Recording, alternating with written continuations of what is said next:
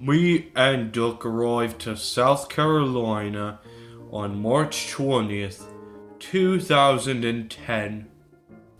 We met Lamar, and he was very eager to get to know us. The three of us worked in a garage, maintaining tools and stuff. We also had to take steel pipes, sometimes out of town.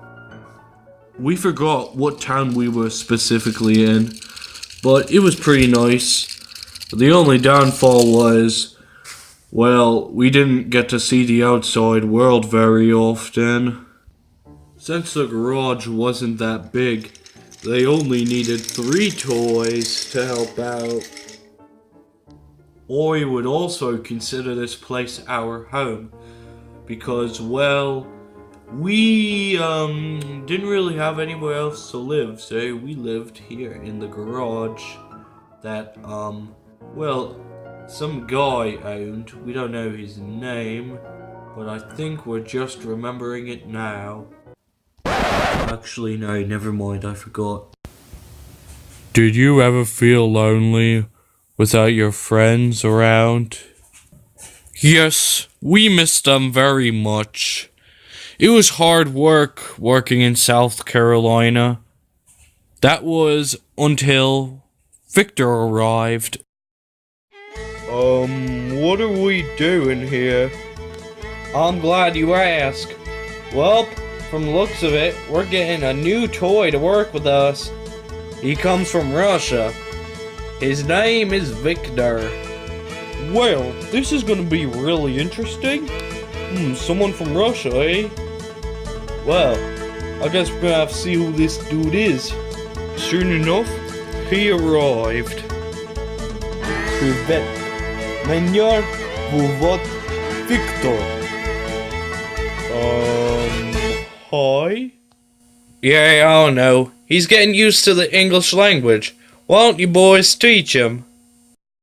So, me and the other two taught him the English language. Victor. My name is Skarloey. Your name is Skarloey? Yeah, close enough. Yeah, you? Do, bro? Yeah, you're doing good. You're doing good. Victor told us about his origin story. It turns out he was, well, in this case, smuggled from Thailand and then put in Russia. He was built only a few days until he would eventually be smuggled into Russia.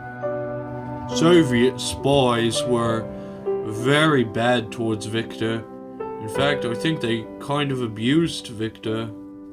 But the National Guard went all the way out to Russia after a distress call about Victor's, well, in this case, really bad, I guess you could consider, childhood?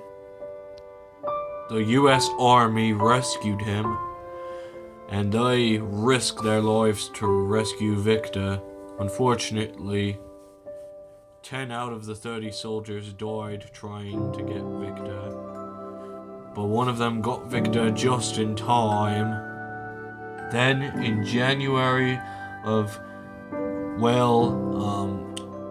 January 18th, 2013, he came here to South Carolina, my bad. You got 2 Carolinas, so it's kind of hard to determine. He told the 3 of us his story in English, and boy were we shocked. Mark told his origin story. He used to be very famous, racing around Lego tracks around Atlanta, Georgia. He won a lot of rewards and had a really exciting racing career. I was built in 2001. Victor was built in 2013, Skarloey was built in 2003, and Lamar was surprisingly built in 1999. That made him the oldest toy, but he was quite troublesome at times. Although Lamar can be a bit of a cocky dick sometimes, he still has a very good heart. Lamar retired from racing in February of 2010, almost around the same time me and Skarloey were coming to work in South Carolina. Years have passed by, and we were doing very good with each other, 4 of us. We were like family, and we still are to this day. We had many happy years with each other, and I was told that we were getting a new toy to help us out. So I told the others, and we don't know who this toy was to be part of our family, but we soon found out it was a take-along diesel. Usually we don't see diesels around here very often. His name was Rusty. All 5 of us were doing very well, but that was until... Until what? Tibbs. That's what. He swept the 5 of us while we were sleeping and took us far, far away from South Carolina. He took us somewhere I wouldn't call home.